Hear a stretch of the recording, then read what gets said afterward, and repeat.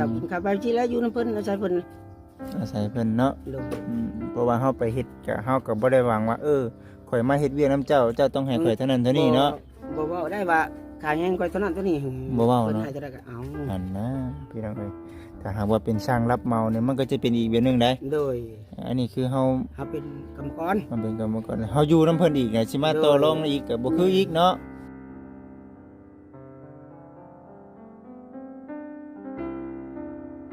กุ้มใจอยู่ได้เบิ่งนี่เนาะหักในใจนี่ก็กุ้มใจอยู่นะเบิ่งนี่เนาะกลุ่มใจอยู่ เขาเว้าเรื่องนี้เช่าเว้าเรื่องนี้เช่า เจ้าแล้วถามเรื่องอดีตเนาะ บ่เป็นหยังข่อยคือสิถามให้สิฮู้เลยนะเช่าแม่นบ่ โดย นั่นแหละเป็นจังได๋ซะคืออยู่ตัวคนเดียวมาตั้งแต่ไหลมาบ่สังแต่เอาเว้าความจริงเลย บ่จริงนะตะกี้ก็มีเมียอยู่ มีเมียอยู่ โดยแต่ว่าเขาอยู่ไทยเขาไปเอาผัวใหม่ลูกก็บ่สนใจเขาก็ไปเพราะเขาอยู่ไทยเบิดนี่ว่าเรื่องจริง แบบ เขาก็ไปติดต่อมา บ่ได้ติดต่อมา เอาผัวใหม่แล้ว เมียก็เอาผัวใหม่แล้วเนาะ โดย บ้านทบิดนี่เคยคิดแบบห้องไห้แบบนั้นอยู่บ่ เดือนหนึงก็ได้จากกัน ไห้บ่ ให้เดือนหนึง บ่เดี๋ยวนี้ได้เช้าแล้วเดี๋ยวนี้ สบาย สบาย พอแล้ว บ่คิดหยังแล้วนี่แต่ ยังว่ายังบ่ขึ้นน้ำผู้หญิงอยู่ว่า อืม พอแล้วหาเช่ากินคำไปสิแล้ว อยู่นํกันมาจักปีนั่นเมียนั่น ป่าหลายตึกแหละสาวก็ปีอยู่แหละ ก็ยังได้เลิกลาเนาะ โดย เดี๋ยวนี้เจ้าคิดหยังหลายที่สุดปัจจุบันนี้อ่ะ ขึ้นนะขึ้นจะไรตูบจะไรอยู่ตัวเองนี่แหละ บ่ โดยคันบ่มีก็รถก็เอาพอได้ตีไปเรียกเพิ่น เพราะว่า FC เพิ่นว่าสร้างเป๊ะเป็นคนตลกอยู่แต่ว่าดึกๆในใจนี่มันบ่ตลกแม่นบ่ เพราะว่ามันก็มี มันหลายลง มันมีหลายอารมณ์เนาะ โดย มันสิอยู่แบบว่าในใจเฮานี่มัน กันลัดทิศอยู่เรื่องหลังก็มาบืนดึงแง่หน้าเบิ่งปุ๊บโอ้มันยังแจ้งอยู่ มันแจ้งอยู่ โดย ก็ตื่นขึ้นมายังว่าตื่นได้อยู่เนาะ โดย คันว่าตื่นขึ้นมาแล้วบ่เฮ็ดหยังนี่บ่แฮงเนาะ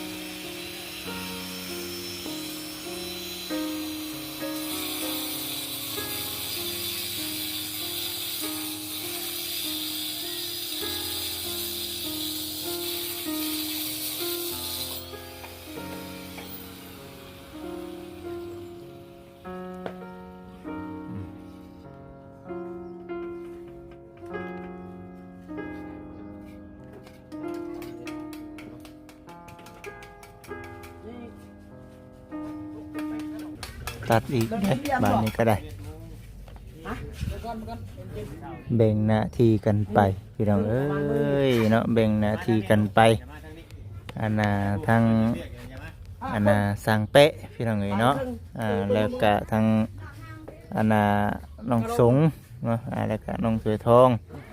ตอนนี้ปัจจุบันนี้กำลังตั้งบกแก้วแล้วก็ใส่กับทางอันน่ะช่องลมพี่น้องเอ้ยเนาะก็ถือว่ากำลังเดิมเด้อพี่น้องเด้อเนาะ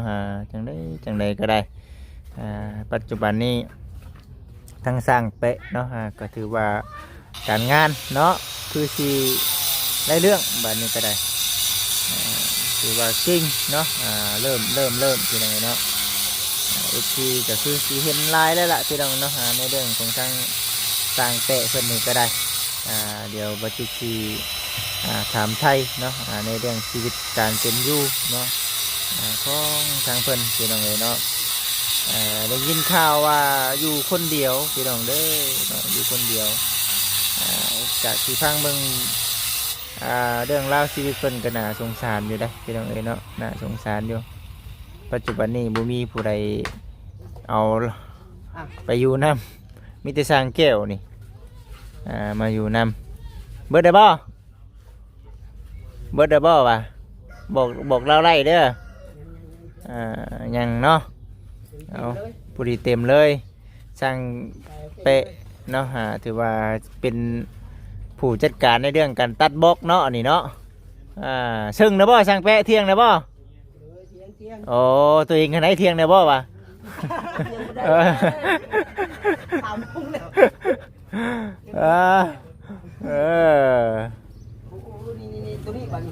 หาเงินหาคำพี่น้องเอ๋ยเนาะเลี้ยงตัวเองนี่แหละพี่น้องเอ๋ยเนาะพอเฮ็ดจังได้สั่นเพราะว่าสิเป็นครอบเป็นครัวตัวเองกับบ่มีแหละนี่ถือว่าเราเฮ็ดเวียกนี่กระพุกระพะบ่ได้ก็ ชิว่าแบบนี้ซะพี่น้องเอ๋ยเนาะบ่ได้สนใจน้ำหยังเนาะฮ้อนก็สู้เนาะแดดก็ทนเพราะเฮามันจนน่ะว่าช่างแปะว่าเนาะจนบ่มีเฮือนสิอยู่แม่นบ่ช่างแปะบ่จิตว่าเอาจังใดก็ได้เอาช่างแปะเอาทักทายสบายดีก่อนมาเฮาสบายดีจักปีแล้วว่าขออนุญาตนำ45 ปีประมาณ45 ปีบ่กันว่าบ่จิตขอถามเรื่องแบบตัวเองเรื่องของเจ้าคนนี้สิได้บ่ได้บ่ถ้าถามเรื่องจริงก็สิตอบเรื่องจริงเนาะถามเรื่องบ่จริงก็สิตอบเรื่องบ่จริงบ่เรื่องจริงเนาะบ่เรื่องจริงเนาะเบิ่งโอเคล็อกรถไปสิแล้วตัดบอกบ่ยังตัดอยู่บ่บอกเราก็ได้มาอันนั่งนี่เฮาเนาะคุยกันเด็กๆน้อยๆเพราะว่าเชื่อว่าหลายๆคนก็คือสิทราบกันดีแต่ว่าก็คือสิบ่ได้มีผู้ใดคอยถามแน่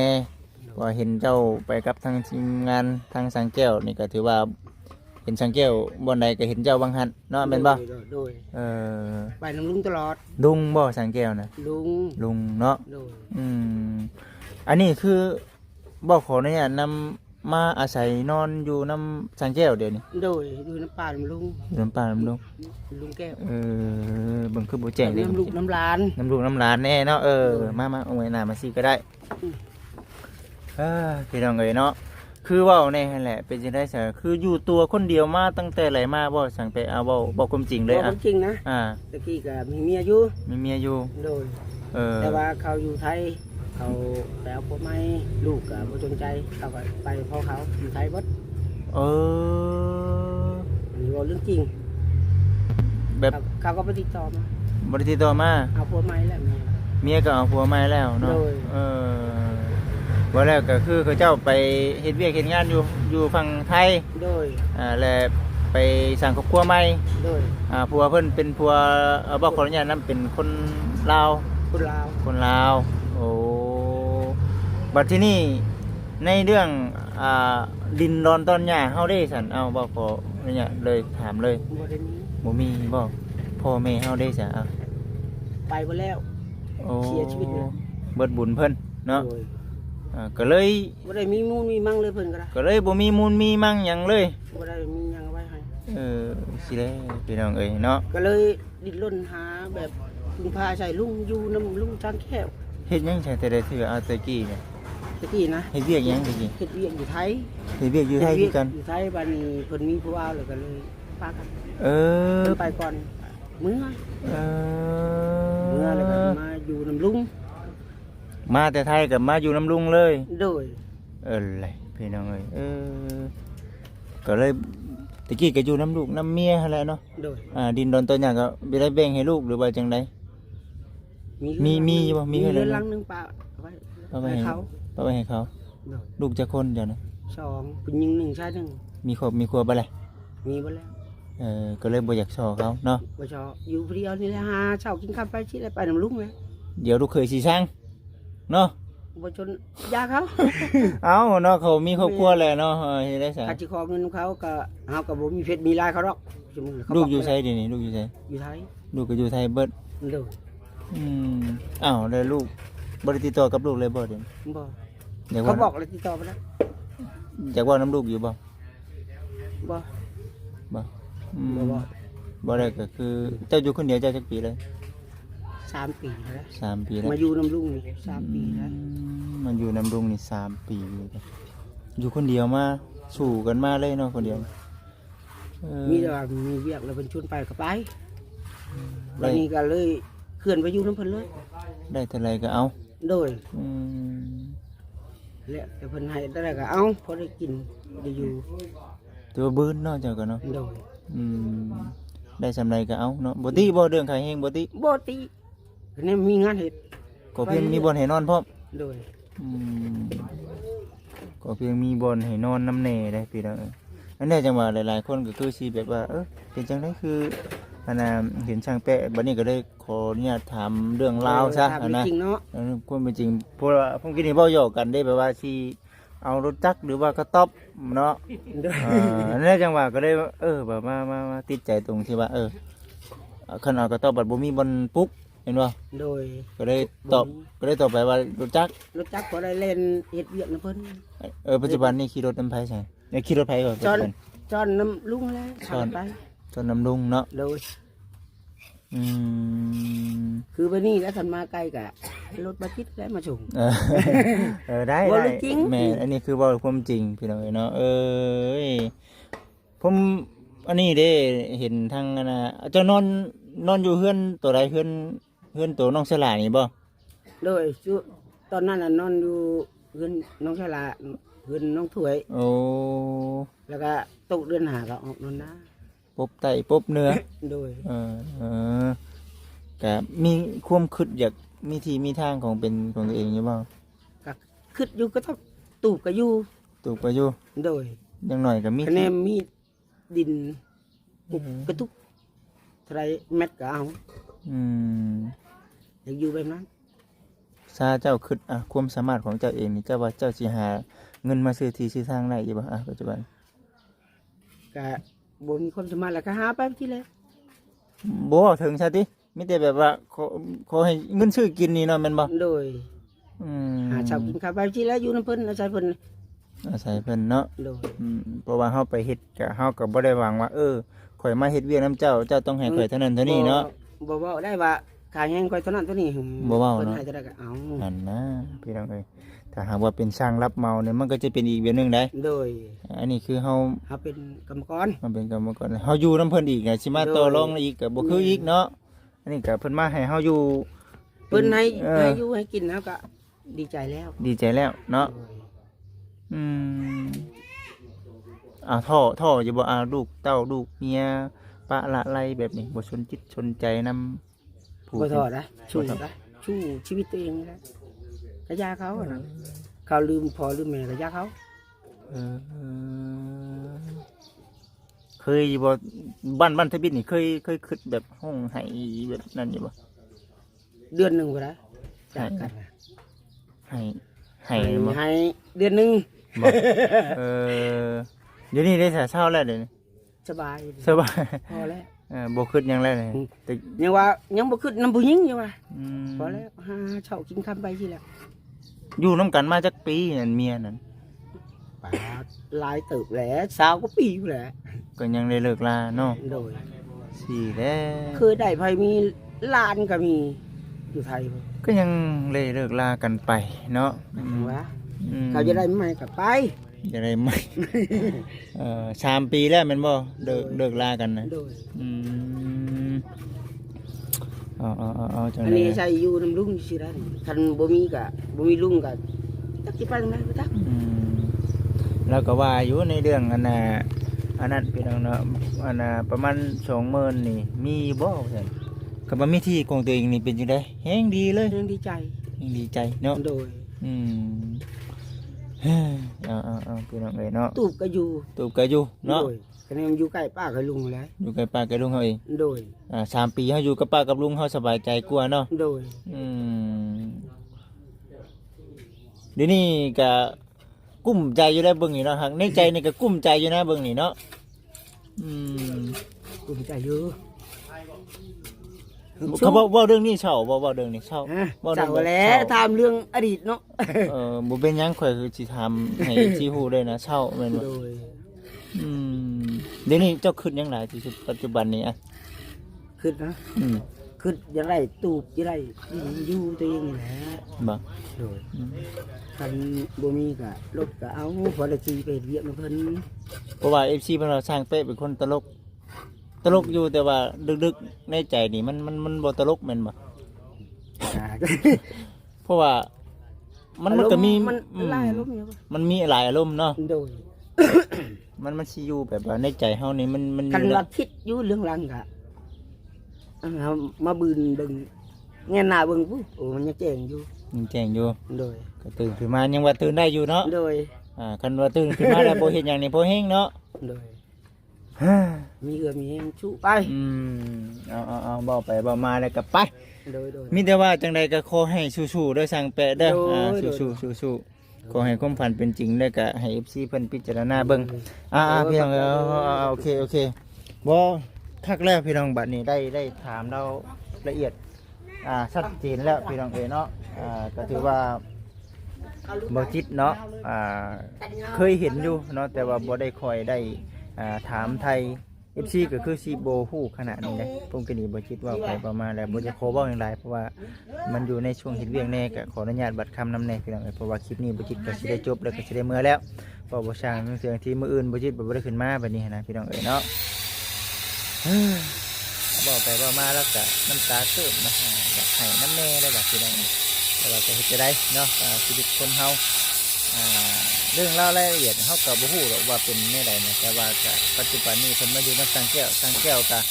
ฮับเอาเนาะคนอื่นเราบ่เอาเลยพี่น้องไอ้คนอื่นเฉพาะคนเดียวนี่แหละแล้วก็สงสารเนาะเห็นบ่คนกรุบกรุบกั่วพี่น้องเห็นบ่บ่ได้สนใจน้ำค่าเหือค่าแห้งนั่นหรอกให้สำไรเก่าเนาะกับผู้เพิ่นนาให้อยู่ให้เศร้าแหละพี่น้องเลยจังว่าโอ้ย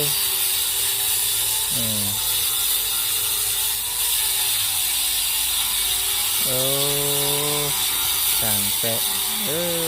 เนาะ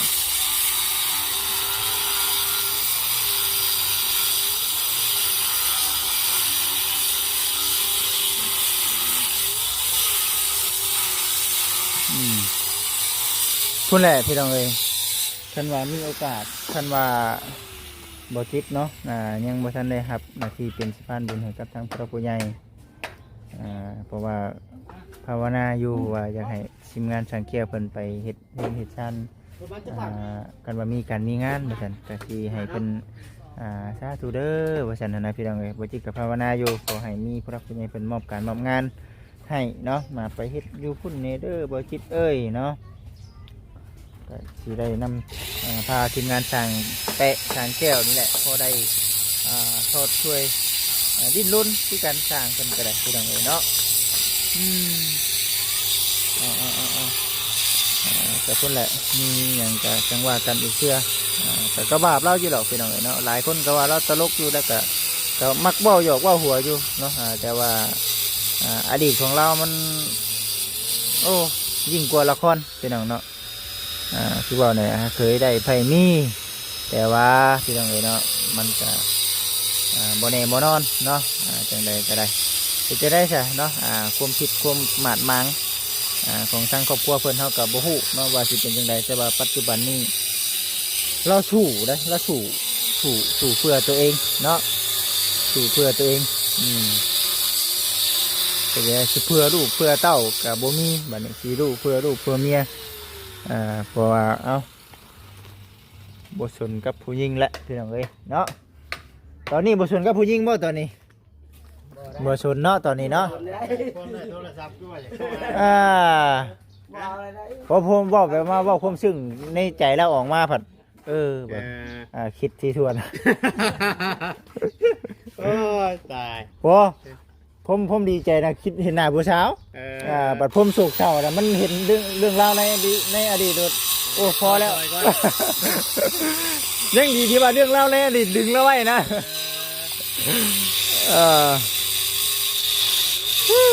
พี่ดังเอ้ยเนาะ เดินทางกลับแล้วบัดนี้ แม่นเดินทางกลับ เดินทางกลับแล้ว เดินทางกลับปะเพิ่นละพี่ดังแม่นลูกสาวน้อย จะนอนอยู่ได้นี่ มักนอน นี่ก็ยังนอนเนาะ มาเช้านี่ก็นอน แล้วมาบอกอีกได้ว่าไก่เด้เชื่อนอน มาจักอีกแล้ว ไม่จักกระชังพี่ดังเลยเนาะเบิ่งไปจนจากทีนี้ครับเมื่อไหร่เนาะแม่นมีแต่ว่าเด็กจังหน่อยกับพักผ่อนเด้อน้องๆเด้อเฮาเองก็สิได้เมื่อแล้วอันนี้กลัวแล้วนี่เนาะ โดย มันเหยียบได้เลยบ่ เก็บได้ เหยียบได้บ่โอ้ยยังอยู่เนาะยังอยู่เนาะจังหน่อยก่อนให้มันแข็งก่อนจังหน่อยเอาเบิ่งไปพี่น้องโอ้ยเบิดเท่านี้แล้วพี่น้องเอ้ยเนาะยิ่งกลัวถึกเลขอีกบาทนี่พี่น้องเอ้ยยิ่งกลัวถึกเลขกันกระดุกกุกกัวเพราะว่าจะได้เมื่อป้าสร้างแก้วได้สร้างแก้วเอ้ยเพราะว่าผู้และมื้อหน้ามื้อในผู้ใดคันว่าได้มีโอกาสขึ้นมาอีกเบิ่งช่างบ่เข้าไปทำไมนี่ก็กระดิกซะหน่อยเนาะนั่งเนาะผู้และแต่บ่มีหยังหลายพี่น้องเอ้ยเนาะนั่งเฉยเมยเป็นจะได้ตอนมาทำบิดช่างเป๊ะเพิ่นให้ห้องทองแตกมาบ่มาขอพึ่งขอเช่านำบ่ให้บ่เป็นปะละไรแล้วเนาะ ปาตวิทย์ก็คือว่าสุกเสาจนไรเติบแล้ว สุกเช่าไรเติบดิ ตอนที่เยือนน้องกันน้องโบ โอ้ ก็ยังหลังน้ำตาอยู่ ยังซึมๆอยู่ หลังน้ำตาว่าเรื่องเงินถึงก็กลัวมาได้กับไห้มานั่น เห็นเวียกไปน้ำให้ไปดำ เราจนจุกเบื่อพอแล้ว